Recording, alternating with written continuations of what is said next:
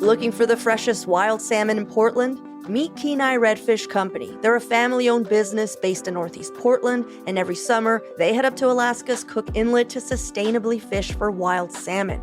At this very moment, they're doing what they do best, reeling in wild salmon that could be headed straight to your freezer. Kenai Red works just like a CSA, but for wild Alaskan fish. Use CityCast15 for $15 off your salmon share today at KenaiRed.com. That's KENAI Red.com. Fish that's caught for you, real fish from real people.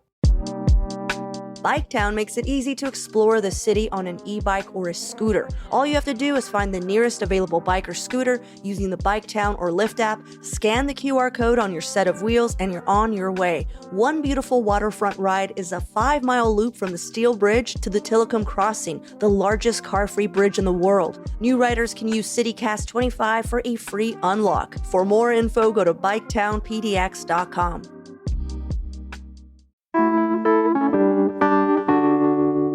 You know, we've gotten a few notes from our listeners saying that our food destination episodes don't have enough picks on the West Side. And we agreed. So today on CityCast Portland, we're talking with Portland Monthly's Associate Editor of Food and Drink, Alex Frayne. He's going to give us a rundown on what we've been missing out on in Southwest Portland. We're talking through some of the best spots to check out so you're able to eat your way through your entire day without leaving the area. And after my chat with Alex, hang tight for a sponsored interview with Clint Benson, the founder and owner of Kenai Redfish Company. I promise it's worth a listen. It's Thursday, July 10th. I'm Claudia Meza, and this is what Portland's talking about.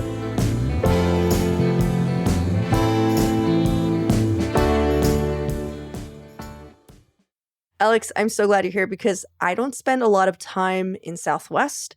So when I do go there, I'm always wondering what the best spots are. Also, we've gotten so many requests from people being like, can you just talk about the West Side sometime? Like, we'd love to know where to eat in our own neighborhoods.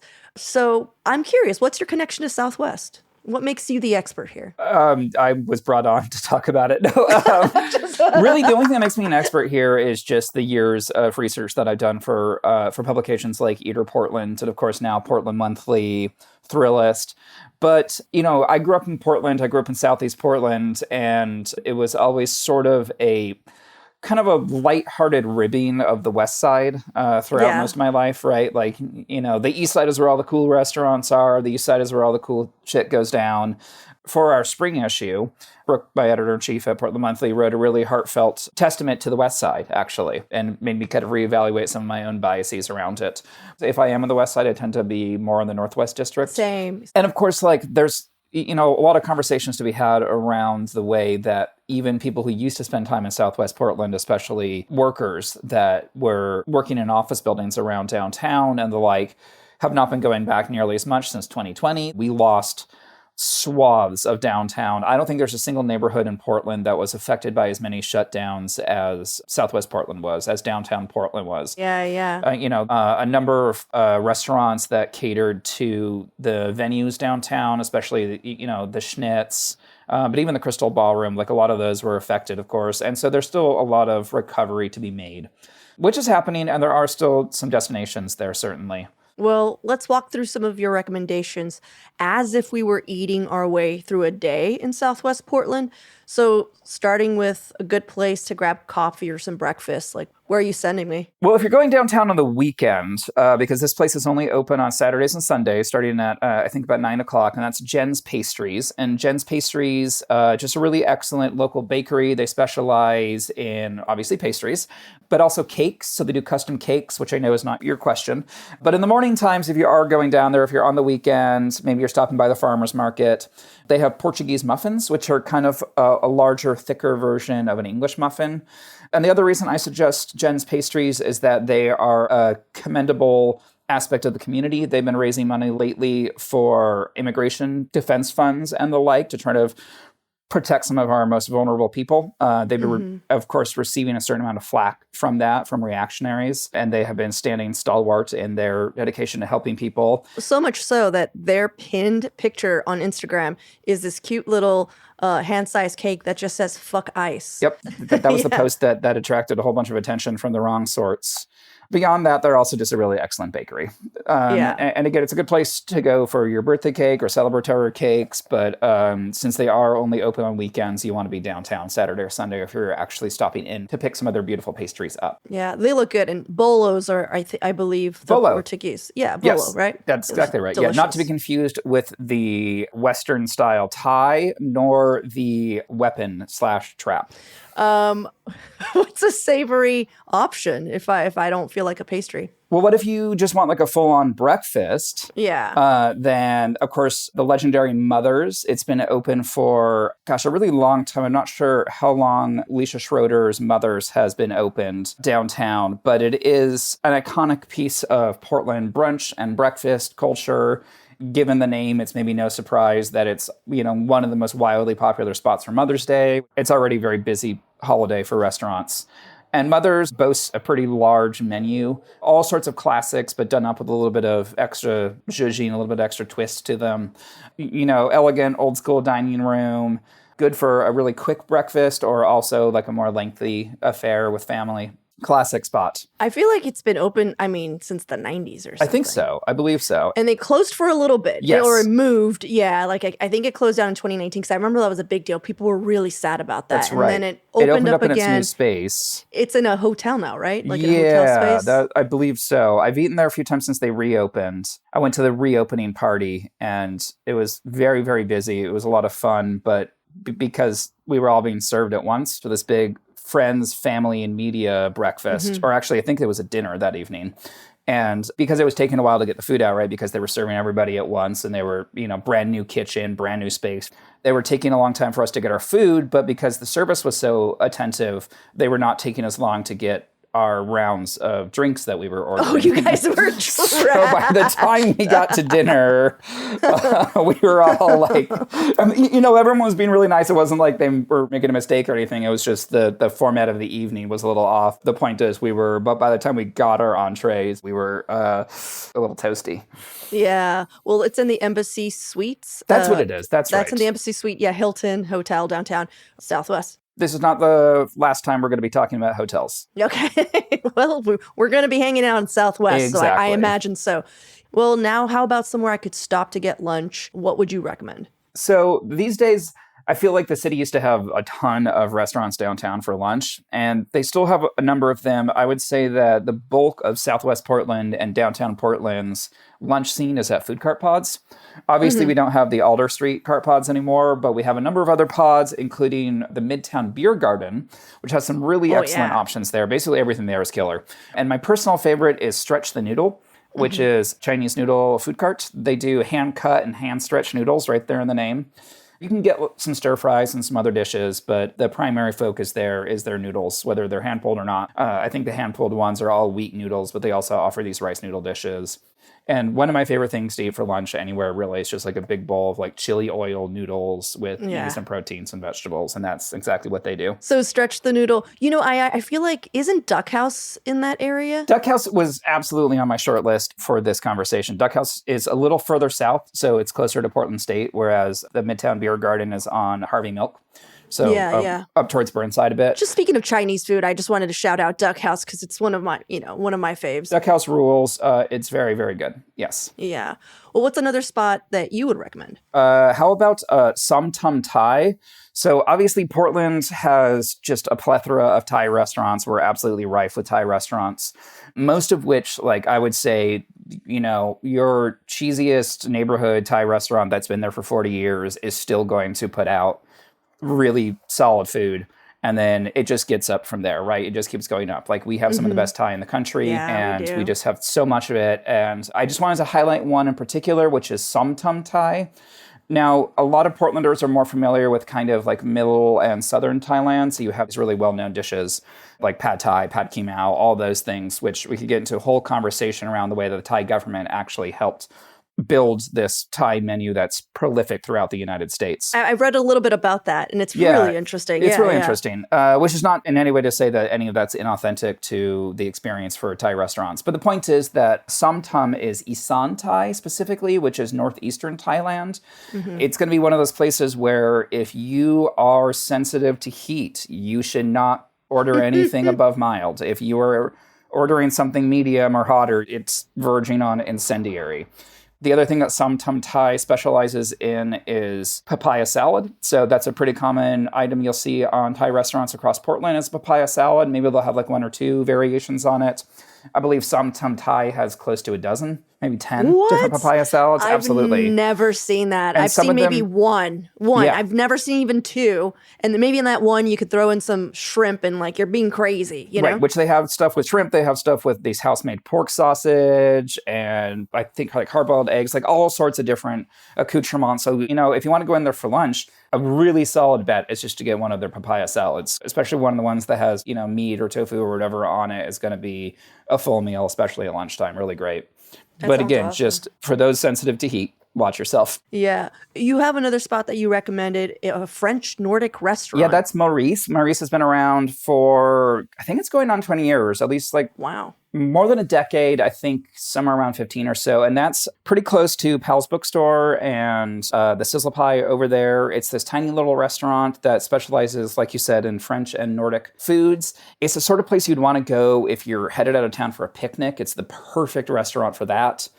You can definitely eat there. It's super cute, cozy little space. It's lovely, but it's also perfect to get some like little savory pastries and sandwiches, a bottle of wine, some bread.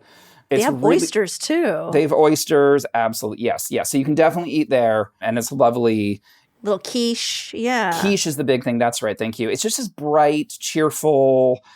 They do the smørbrød or whatever, like the Nordic toasts and everything. Mm-hmm. Cheesecake is also like one of their specialties. So again, like a picnic-friendly kind of date, but also great for a lunch. Mm-hmm. Especially, once again, if we're talking weekend lunch, and you want to have a glass of rosé or some champagne or something with your quiche and just have a relaxing kind of lunch brunch experience. Absolutely perfect for that. I've never been. I can't believe it's been there for 20 years and I've never stepped foot inside. And I'm looking at their Instagram page. It's so cute. They do call themselves a luncheonette, so it's not even like Alex is pigeonholing them. They're basically just saying, no, we're here for lunch. Yeah, I don't know how late they're open. And I want to rephrase also, I did misspeak. They have been open for just under 15 years. Well, let's take a quick break here. And when we come back, the best places to grab a nice dinner, maybe a good cocktail. I don't know. It's Alex. Maybe 2 cocktails. At least.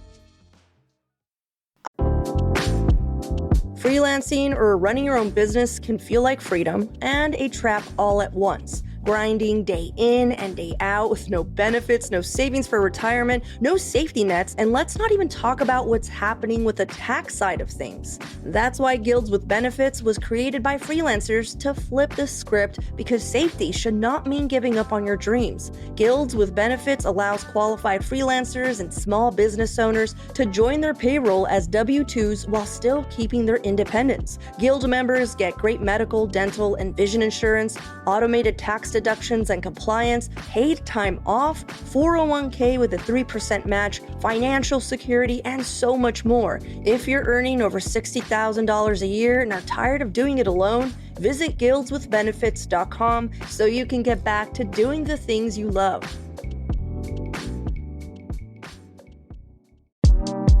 CityCast Portland is brought to you by D'Amour Law Group. Let's face it, sometimes bad stuff happens. A serious injury, a catastrophic accident, or even a wrongful death. It can turn your world upside down. When it does, you deserve unwavering support from a dedicated team. Yep, you need a lawyer. D'Amour Law Group has over 30 years of experience protecting the rights of Oregonians. Their team of skilled attorneys, led by distinguished trial attorney Tom D'Amour, will work tirelessly to make sure your voice is heard and your rights are protected. Here's what one of his clients said. Tom fights for his clients from the first day they meet him through the last day of trial. If you or a loved one needs help holding those responsible for your injuries accountable, contact D'Amour Law Group at 503-222-6333 or visit d'amourlaw.com to schedule a free consultation. They are committed to fighting for the justice and compensation you deserve right here in Portland. I know Southwest has a lot of places to get dinner, and some of them have been there for a while. You mentioned, hey, we're going to talk about some hotels, so I don't know if this has anything to do with that. You know what? No, actually. So if you're eating downtown, there's not a bad chance you'll end up at a hotel restaurant. And ever since, I don't know, 2022, 2023, we've been really recovering on that front.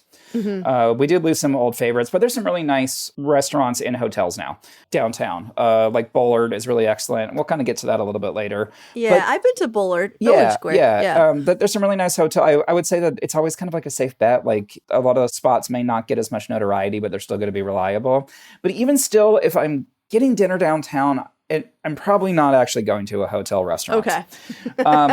So which ones are your favorite right now? Let's go ahead and start with kind of one of the more established Portland restaurants that is Mucca Osteria, which is... So the other thing that Portland has a decent amount of is Italian food. And we've been kind of looking recently at this new trend of what we like to call like red sauce Italian, right? Like the more like Italian-American style, East Coast, big plates of spaghetti and meatballs. And this isn't really that. Like this is an osteria, right? So that's the Italian term for a more like high-end dining restaurant. You get that like high-end, you're going to get a really nice bottle of some Italian red, and you're going to have these incredibly like silky, perfectly al dente noodles with beautiful sauces and incredible entrees. It's one of the more higher-end Italian restaurants in town. More formal service. Excellent place for a romantic dinner or a celebration dinner, things like that. Maybe not like a weekday Italian feast so much, but, maybe. I mean, I certainly wouldn't be opposed to some pasta and red wine on a Monday night. Yeah. If they're open. Two things. One, I've been meaning to check them out. And two, I could be wrong. She's not here to either confirm or deny, but I'm pretty sure Julia Fiaioni, our senior producer, used to be a server there. Oh, that was like one of her first jobs. Oh, yeah. I wish we had talked with her here. I would have loved to hear about that. Yeah, and I think she said that she like would go there afterwards to eat, which I think is a big... That's a strong... That's what I'm saying. Yeah, a strong endorsement. Usually people, when they stop working at a restaurant, they're like, and I'll see you never. Exactly. And that place does like the prefix too. If you don't want to really like pick out too many things, you can go there, get really formal service, nice prefix dinner. Well, I'm going to definitely check that one out. What's another one? Well, actually, I see one here. I see one that I'm like, oh, I've heard of Goose Hollow Inn. Yeah, let's move away from downtown. We've been talking about downtown this whole time because Southwest Portland, when people talk about Southwest Portland, usually they're talking about downtown. That's the bulk of it, especially for industry, for restaurants.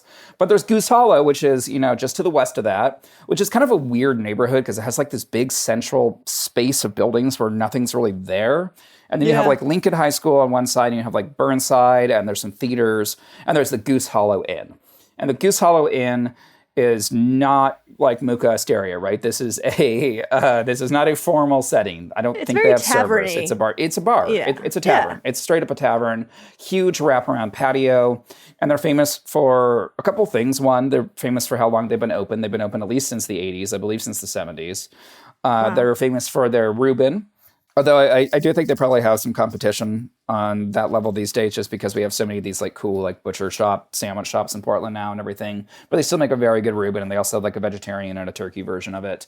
And the third, and potentially probably the most famous, is that it was owned by the late, great Bud Clark, who was the mayor of Portland. The Bud Clark? Yes. He owned the Goose Hall. Of course he did. I forgot he was, So he did not have a career in politics until he became mayor. He was a publican, not a Republican. He was a publican. He owned a public house. He owned the Goose Hollow Inn. And he ran on this very populist, fairly left-wing kind of counterculture platform.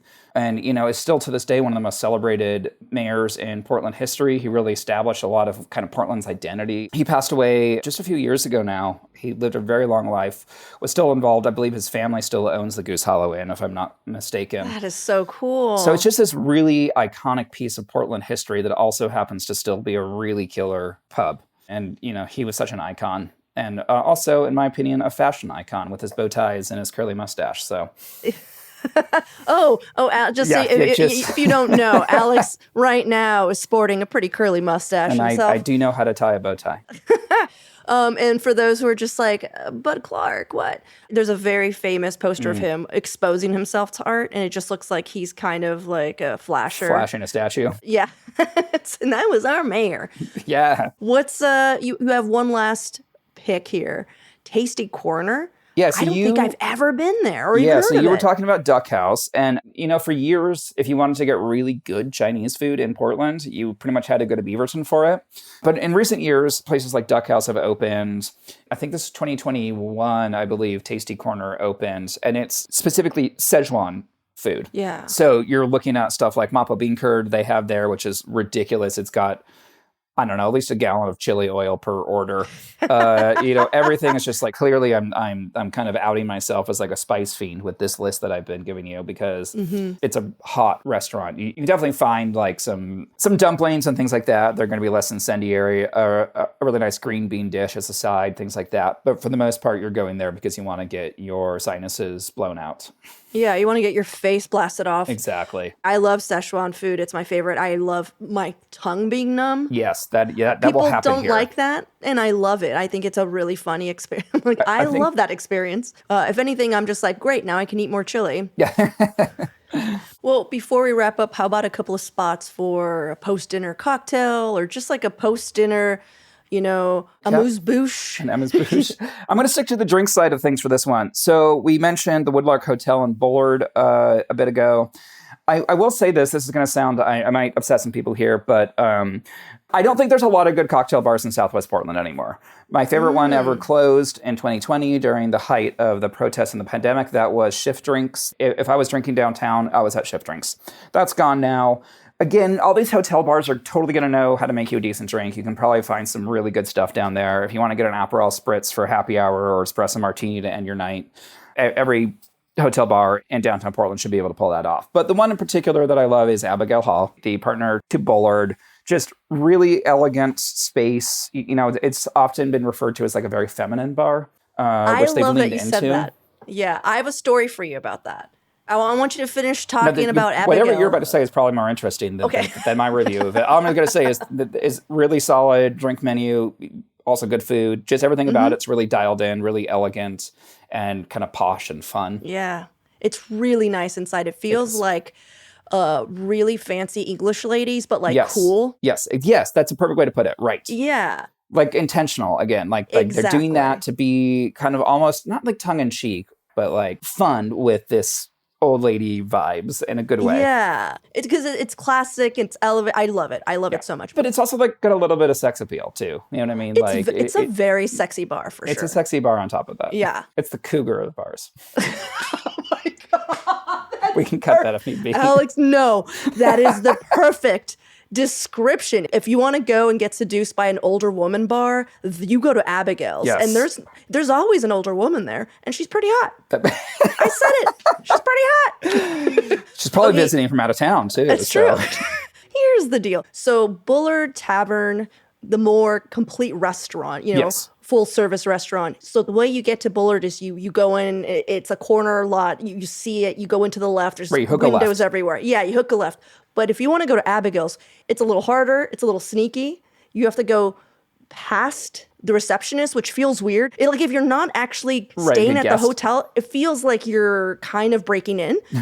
So you have to like walk past them and past the elevators. Again, you're just like, oh my God, where am I going?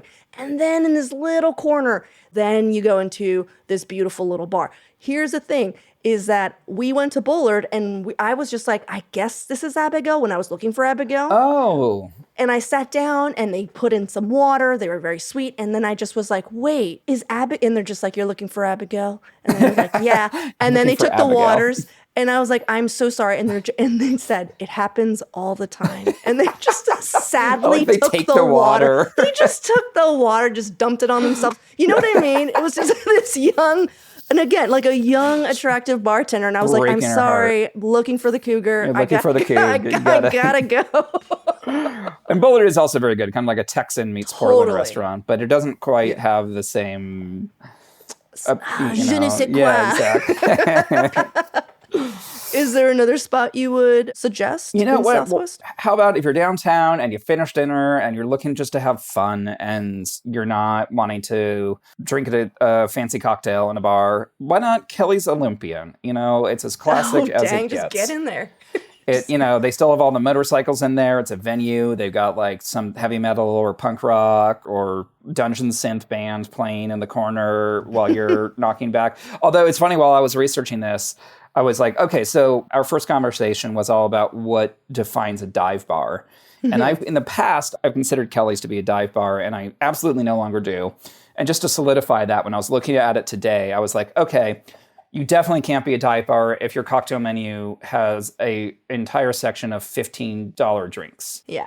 So Kelly's has not fallen, but it is definitely, I mean, if you're going there, like, I still think you're sticking to well drinks and cheap beers. Yeah. Don't get a fancy cocktail at Kelly's Olympian. I'm not going to say they're putting on airs, but there's a hint of that. But that's not what we want from Kelly's Olympian. You know what I mean? We want to feel a little unsafe. We want to feel a little grungy.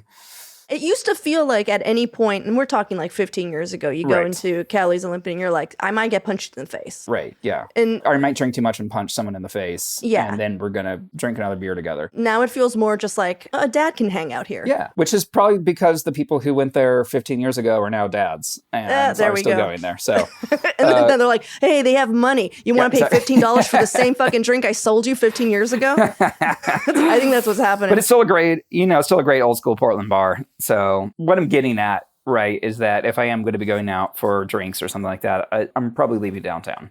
Even just popping over to the Pearl District to some of their like cocktail bars and dive bars is probably still kind of the move.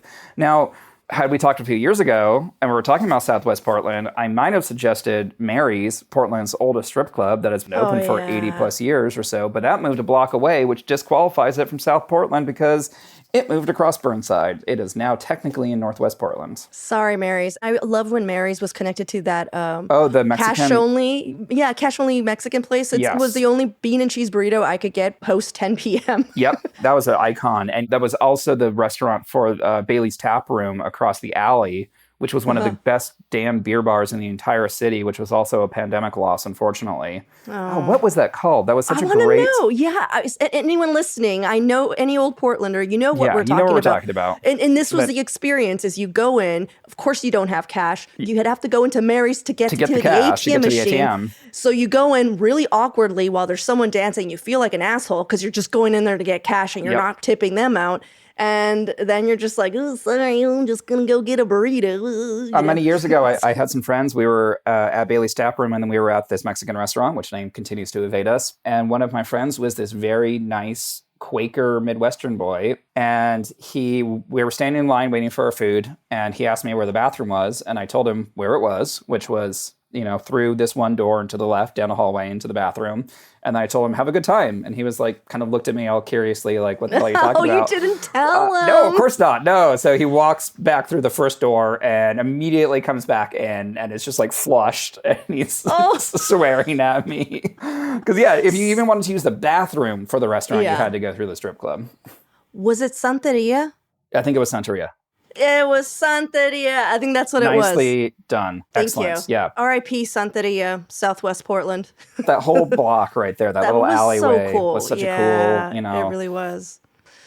Well, Alex, as usual, I love talking about not only all the places, but just Portland in general. I love kind of reminiscing with you, which is sad. I know, right? I know. Because, there's a bunch of new little corners just like that. And in 20 years... we're going to be lamenting them, too. Yeah, new Alexes and Claudias are going to be like, do you remember? I don't know. I think it's just still going to be us talking on this podcast 20 years from now in the burnt-out husk of the city or whatever.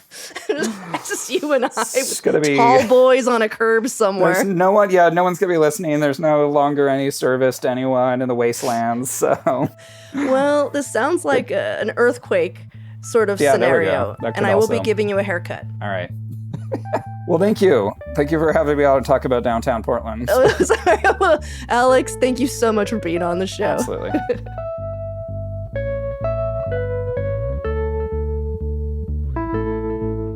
Coming soon are some event picks for the weekend, but first we're going to hear from Clint Benson of Kenai Redfish Company for a sponsored chat about a local salmon CSA.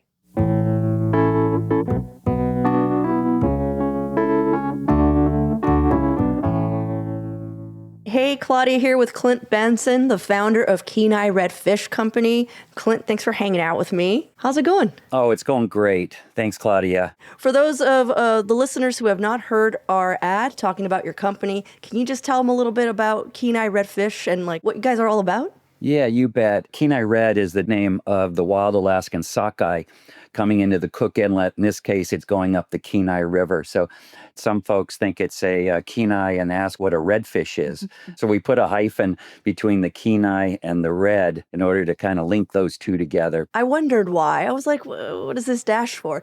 I'm curious, the Cook Inlet, is that by Anchorage? Yeah, that's the body of water below Anchorage, comes in from the Gulf of Alaska.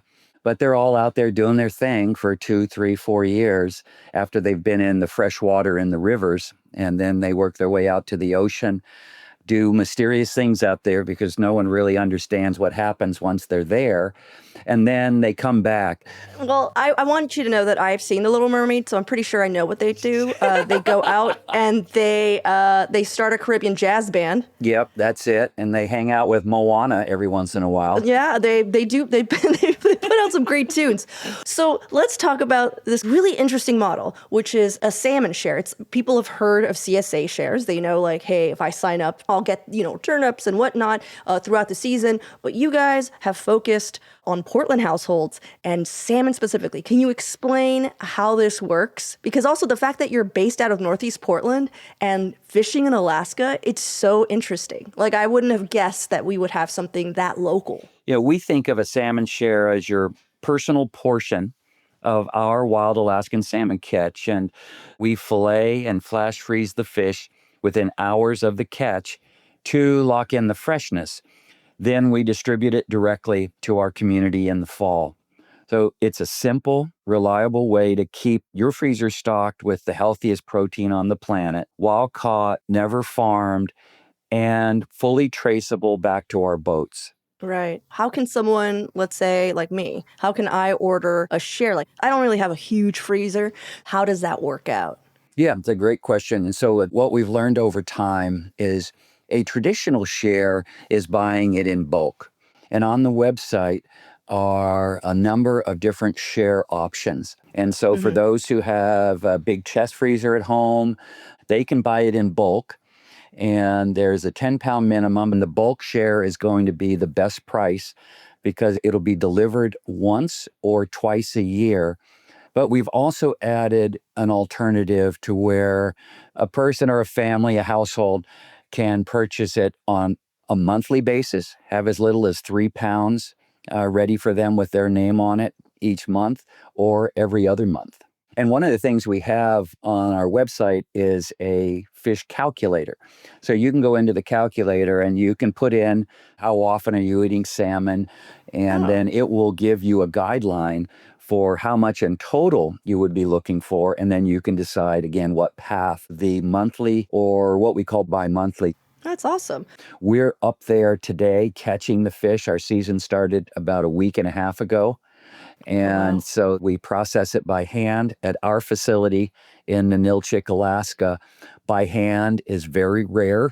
We've got 11 college-age kids that have come up to join us this summer. So we provide them this unique opportunity. And for anyone who's listening and has a college-age person or above, we're always looking for folks to have some interest in what we're doing. And I'd love to talk to you about joining us in Alaska in the future. I recently went to Alaska. I didn't get as far north as Anchorage, but I had such a wonderful time. The romance of that place. I've not seen this wildness before, It's awesome what you're doing, Clint. It's really great. Well, thank you very much. And so we're not a national online, seafood delivery business. Ours is more local and very much word of mouth. And that's what our goal is. We are sustainable in the sense that we don't want to get too big. We're a family business. So I have 2 daughters, Allison and Rachel, in the business. Allison has been with me since the very beginning. Since birth, really? Well, since birth. There's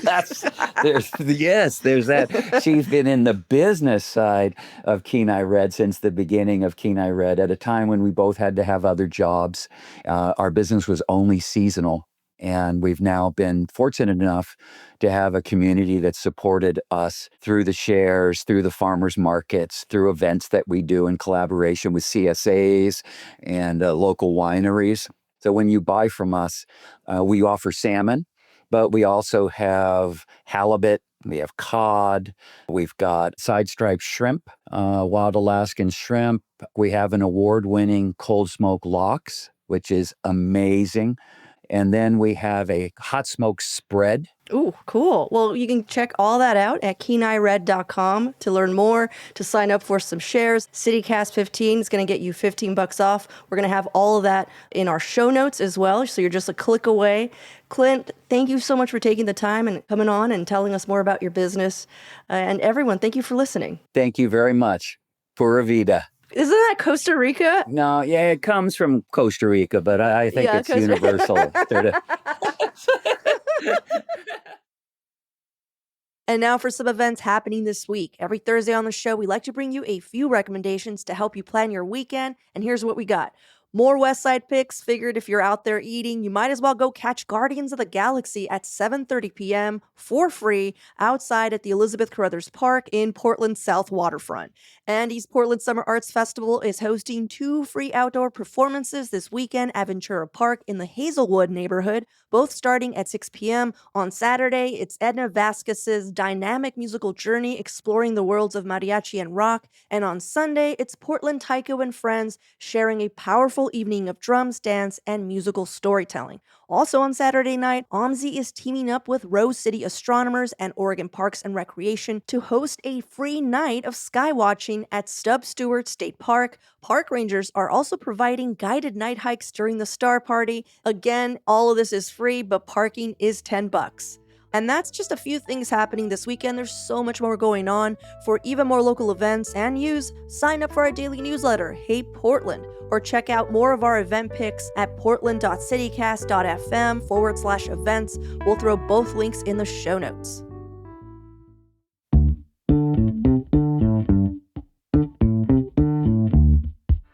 Well, that's all for today here on CityCast Portland. Thanks so much for listening.